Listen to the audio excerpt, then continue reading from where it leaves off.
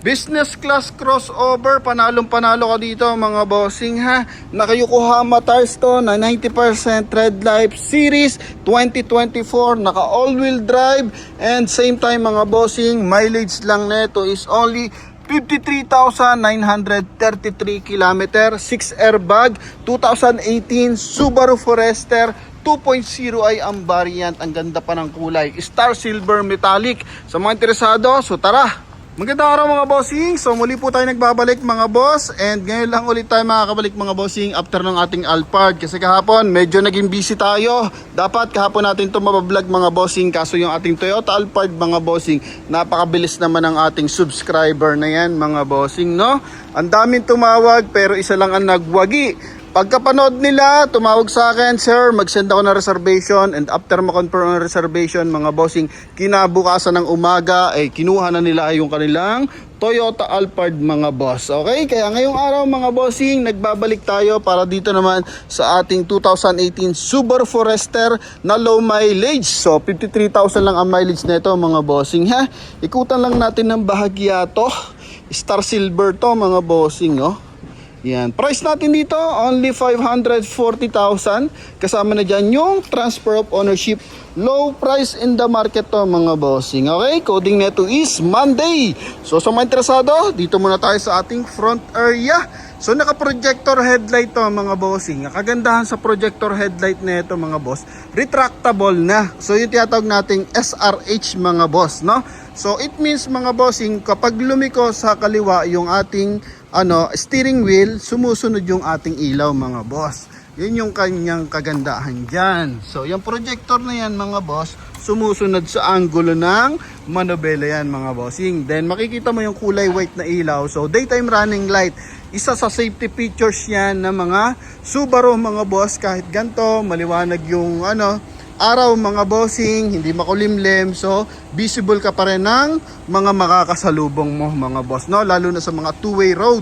Then kagandahan pa dyan mga boss, naka-chrome yung kanyang front grille, and presentable naman talaga ang tindig nito. Naka all-wheel drive to mga bossing, for all road condition to mga boss. Maalala ko lang mga bossing, may bumili sa atin nito na nakaraan pa, pero lumang model, 2012 model lang mga bossing, taga City Hall of San Juan mga boss. So shout out kay bossing kung siya'y nanonood pa sa ating channel mga boss, kasi nakabili siya sa atin ng Forester. Tuwan-tuwa siya kasi sa City Hall daw ng San Juan matarik yung parking, so siya lang daw yung nakakahon, even yung mga taxi umaatras. So kaya siya tuwan-tuwa siya sa kanyang Subaru Forester. So di niya alam, naka all-wheel drive yung, kaya ganon mga boss, no? So tuloy naman tayo dito sa ating napakisig na unit na to. So ito po is naka R17 ang mags, naka Yokohama tires series 2024 ang gulong nito mga bossing, naka two-tone.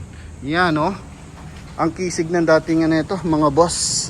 Running board na kulay black, tapos meron siya ditong chrome sa kanyang window panel, naka rim visor, naka roof rail, lalagyan mo lang ito ng top load mga bossing, tapos naka shark antenna.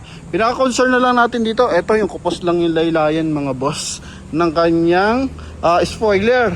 Then the rest, all goods naman to mga bossing. May maliit na gas-gas mga boss, di na maiwasan sa second hand dyan. Pero kagandahan, lahat ng natin, window, original yan, Subaru. Okay, tapos punta tayo sa ating interior mga bossing. Sa kanyang door panel mga boss, napakaganda ng door panel nito, nylon, tapos hand grip, ang laki, powerful yung ating side mirror mga boss. Yan, so napaka talaga dito. Business class ang datingan, may blind spot assist, tapos power adjust pa yan mga bossing ha. Yan, magkabilang side. So ang kagandahan dito mga bossing, sa mga hindi aware sa Subaru, pagdating sa soundproof mga bossing, sa riding condition, eto, win na win to mga bossing. So kahit tumakbo ka ng Baguio neto or La Union, hindi ka masyado mapapagod kasi nga naka-soundproof. Yung ingay sa labas, hindi mo maririnig dito sa loob mga bossing, no? Pati yung mga kaldag ng kalsada, yung mga lubak-lubak na yan, so baliwala sa kanya yan mga bossing, kasi nga naka-soundproof pa, and ang ganda ng suspension nito. Then pagdating sa interior, so sa speaker, hindi ka rin masyadong maiinip kasi ang ganda ng speaker pagdating sa Subaru. Yan, oh. Okay, tapos sa steering wheel niya, naka cruise control, naka hands-free connection para sa ating 2D audio system, naka climate control naman tayo mga boss, naka automatic climate control. Tapos sa condition naman natin sa sakyan, sariwa to, only 53,933 ang mileage mga bossing. May reverse parking camera to mga boss ha. Yan, so dyan mo na makikita yung likurang bahagi ng ating unit once na umaatras ka. Then nabanggit ko na rin yung sa ating SRS o yung sa ating steering wheel retractable headlight mga boss.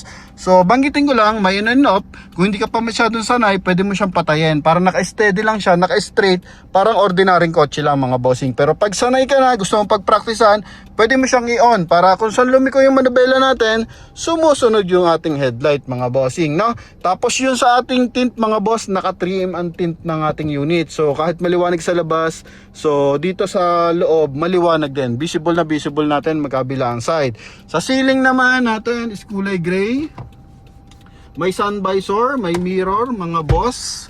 Dito rin sa kabilang side. Yan oh, napakalapad pa ng ano nito, sun visor para pag yung araw talaga namang kayang-kaya niyan sa kuupin, no?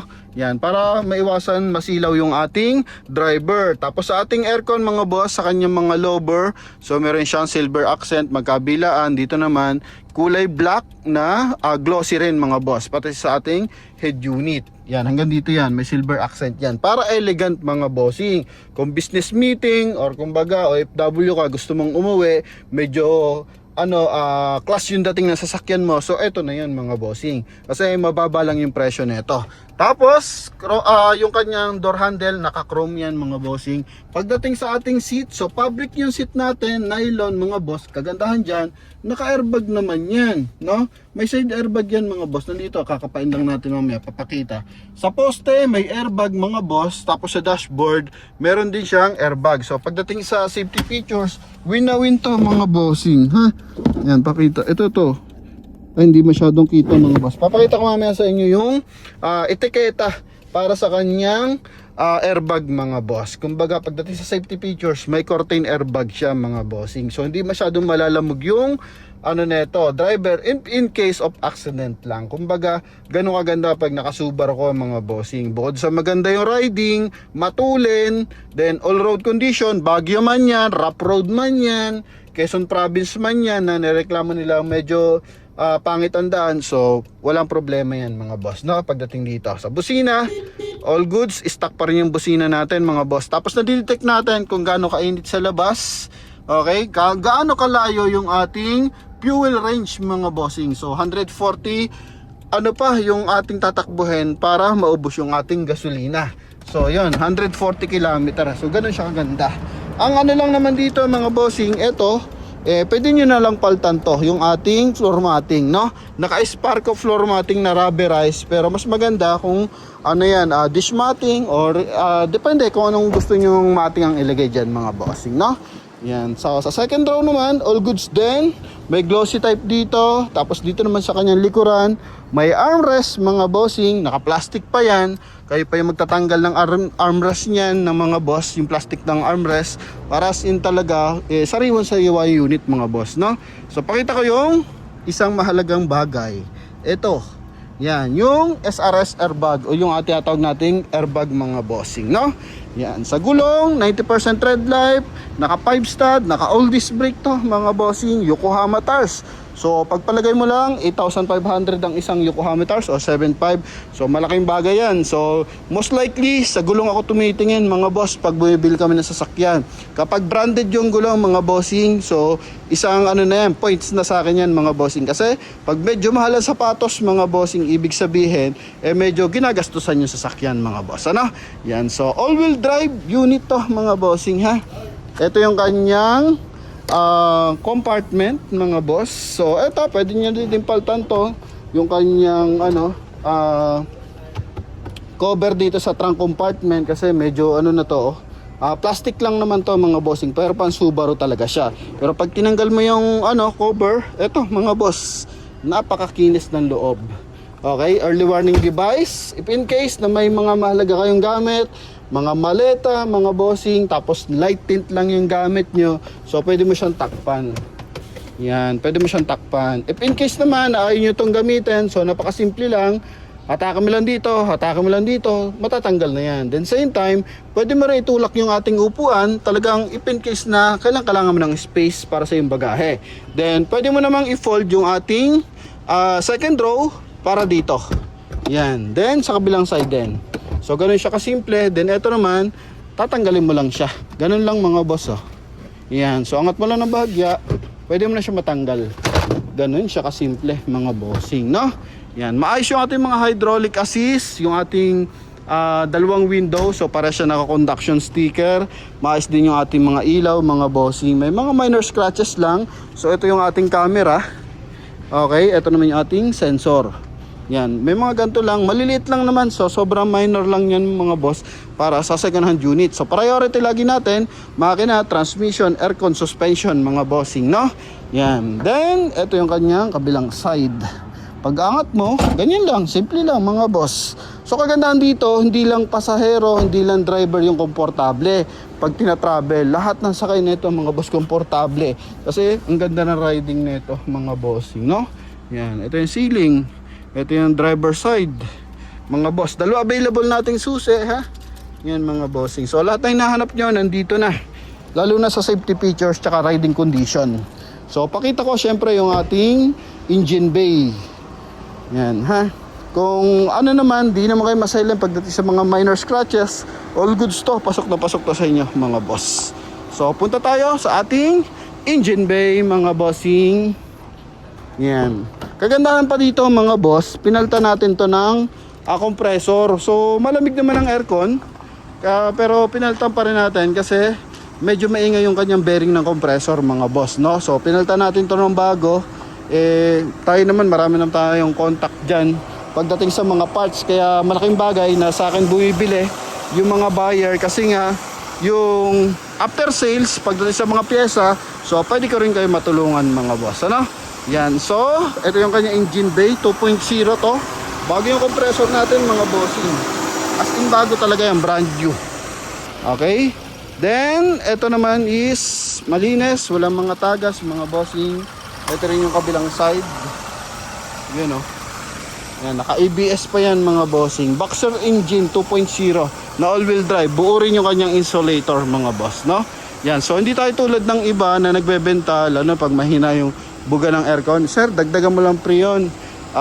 Okay na po yan. So ganun lang pala kadali yung problema, ba't di natin solusyonan? So tayo, pinapacheck natin sa technician, pinapa-scan para at least klarado kung ano yung hatol ng technician, edi yun gagawin nating option mga bossing, no? So hindi tayo nagpapalusot lang ng mga unit na sasabihin preyon lang yung kulang, hangin lang yung kulang, di ba? So tayo lahat kinaklaro natin kasi more on ang ating mga viewers, buyers is OFW, walang oras para sa pagpapagawa ng mga unit kasi nga limited lang oras na nila sa Pilipinas. So kaya tayo lahat ng binibenta natin ready to use na mga bossing, no? So yun lang mga boss, kung interesado tawag na, only 540,000 kasama na dyan yung transfer of ownership mga boss. Yun lang, thank you and bye bye.